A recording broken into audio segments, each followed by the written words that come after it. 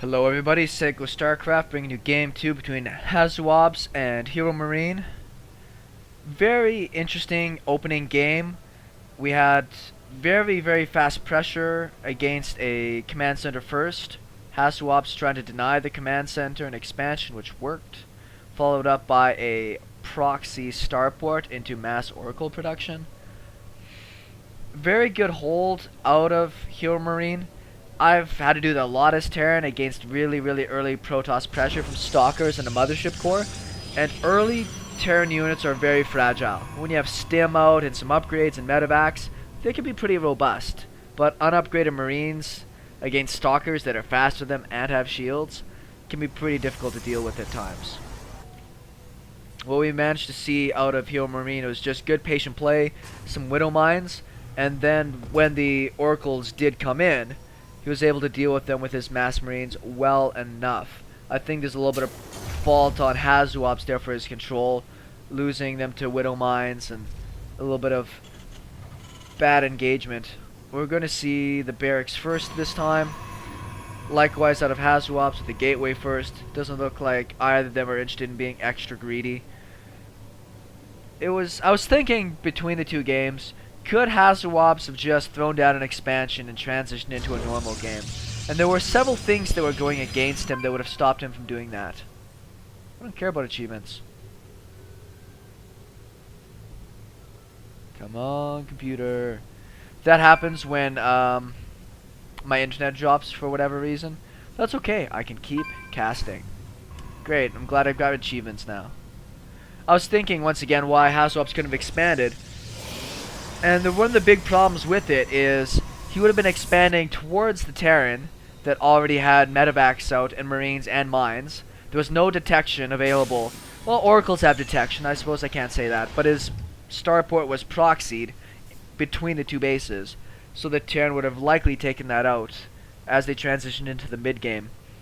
And even though 25 workers were killed by the Protoss, having the two command centers with mules allowed him to stay in the game a lot longer. I thought it was pretty impressive that after taking that much economic damage, and great micro out of Haswabs to kill off these marines, that it was still possible to be able to deflect that attack. We have the double gases already, so we should see the warp gate research, I'm assuming, pretty fast, unless he's going for another starport. No warp gate just yet. Looks like he wants to get the expansion down. Probably would have been just as clever for Hero Marine to get down an engineering bay, if he figured that was going to be the case before he came up the ramp. But you never know that for sure, right? Let's see if he's going to do that now. Maybe even throw down a supply depot, anything. No. Stalker's out, so that wouldn't have done him much good, I suppose. On the Terran side, a handful of Marines at the top of the ramp. Command Center's almost finished as well. So, though he doesn't have Chrono Boost, which is meaning he's down a little bit in workers, the Mule's going to give him that little bit of an edge. And then he's going to have the double Mules here in Command Centers much more quickly. Looks like these units are just trying to scout each other out. Unfortunately, Hero Marine kind of loses that battle, but the Mothership Core would have taken it out. It was pretty beat up to start with. Gotta get those bunkers down as a Terran. If you can't wall off or do something else, you need to get something like the bunker down to defend. I almost never see anybody be able to skip that. It's just too vital. Otherwise, your Marines just get picked off one after another. The Stalker is just going to stand out front here, try to deny any SCVs. What you want your opponent to do is, if he wants information, he's going to have to scan. And right now, Hero Marine doesn't want to scan. That's about 300 minerals you're going to get. Having the third command center, if it goes into a fast orbital as well, though, then he might be able to get himself a scan out there to see what's going on. Looks like one SCV saw the expansion, so at least he knows it wasn't cancelled. But he has no idea what the tech composition coming at him will be. Robo facilities, throwing out the observer. We'll see how slick Hero Marine is, if he's going to be able to pick those off. I've never been able to just spot an observer shimmering and know that it's there and pick it off. I've had good educated guesses. You can generally guess that there's going to be one hovering around the entrance to your base, over your army, over your production, or something like that. But I generally just scan over my army when I'm ready to move out, just because what's most important to the Protoss is understanding when the attack timings are going to be coming from your Terran player. And that, they usually stuff them on the corners of their base to stop people from being able to slip into medevac and kill off half their economy. Now, we don't have the upgrades in any near capacity for the Protoss. The first forge is just going down with this Robo Bay, so he's not going to be able to afford the gas to tech up on both of those, getting Colossus and range and upgrades. The Terran only has the one engineering bay, pumping out upgrades, so it's not going to be too big of a deal if he can get out and start chrono boosting up those upgrades. Scans the main base. This, I mean, you can hide stuff around the edges of this base, but for the most part, you should pick a scan that allows you to at least see towards the edges, either behind the mineral line or towards this side, because if you throw down tech to be sneaky, you're going to throw it down in a sneakier spot than right over your nexus. So completely standard from everybody at this point. Not too worried. Seeing that robo facility probably makes Hero Marine feel a little bit more safe. Still has the missile turret in the main base. The natural, you can always pull units usually quick enough to pull down and defend there. And I'm going to have some more beer, because it's good for you, in case anybody ever asks. Yeah. Let's see where his observers are right now, actually. One, scouting for drops. And the second, just pivoting around outside.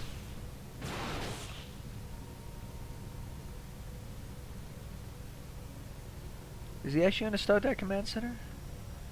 Surprised the Stalker didn't go and chase it down, but this is a dead end over here. So if he did chase it down, it would eventually die. Sneaky, sneaky. Gets a one more SCV to go for the scout. It's difficult to be able to get off a good scout. If you're lucky, you'll see the lasers of the Colossus slice it apart. That's really what you're hoping to see. There's a probe over here that actually sees this SCV come around. There's nothing's moving out. Yeah, we've got the mothership core moving out to take care of that. One SCV's gonna go hiking. That was spotted. Stimpack is finished, so he would be able to run away and see more if he wished to. Looks like that SCV died. This piece disappear. Does stim to try to get away. You see the Protoss player pulling back his army. He didn't want to reveal that. What's more important to the Terran is seeing if that third base is down. It is not. Whereas the Terran is transitioning to third base. That's a pretty big supply lead too. The difference is the tech right now coming out of the Protoss player. We do have, you know, double medevacs coming out. But there's nothing really to deal with this Colossus right now. Which is staying behind? Why not?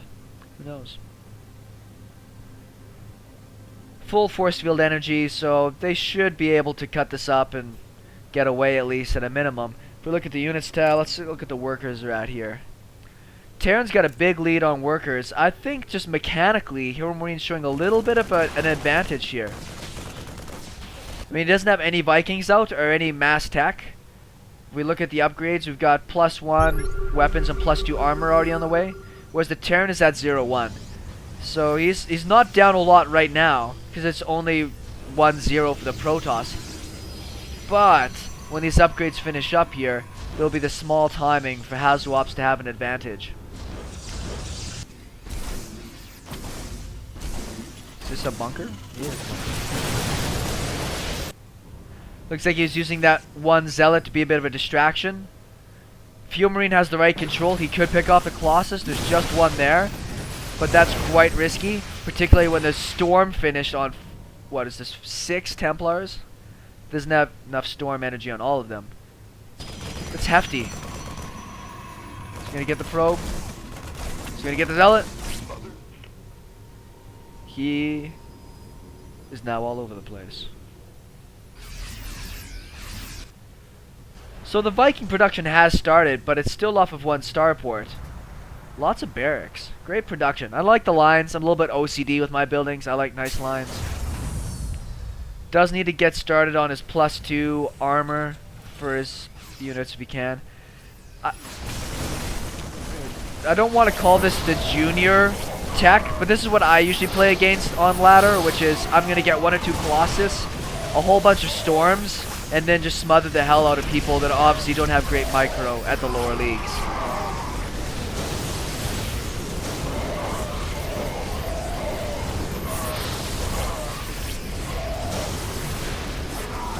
The Storms haven't been the best, but they have pushed the Terran back quite a bit. These Time Warps are going to help quite a bit. This Viking's doing some damage. There's very little Stalker count in this army, so there's not much to really deal with these Vikings. Just keep it alive. Still have that one Observer seeing everything that's going on. It's worthwhile to do this. You might think, well, I can use those 3 units out in the field. But Zealot run-bys are super easy. I don't know if there's a proxy pylon anywhere around here. Doesn't look that way. I do like the missile turret for War Prism drops. I'm surprised you don't see enough War Prism drops coming in and dropping a War Prism full of Zealots and then pulling in a bunch of Zealots, like 5 or 6, can actually disrupt a lot. It'll pull back the Terran army and everything else. Part of the reason I'm considering adventuring into Protoss a little bit more is I think in the late game they just have some really great options for harassment when you have that technology out. It's just understanding how to get that earlier game composition. 3-2 on the way for the Protoss. 2-2 just started up for the Terran. Well, +2 weapons should finish up here momentarily. Hopefully he waits before attacking for that to happen. That's a bit of a whiff. That one hits a bunch of Marauders, which isn't as big of a deal. It's a pretty good concave from the Terran. I do like the Hellbats mixed in here. They'll do a good job against any of the Zealots that are coming in.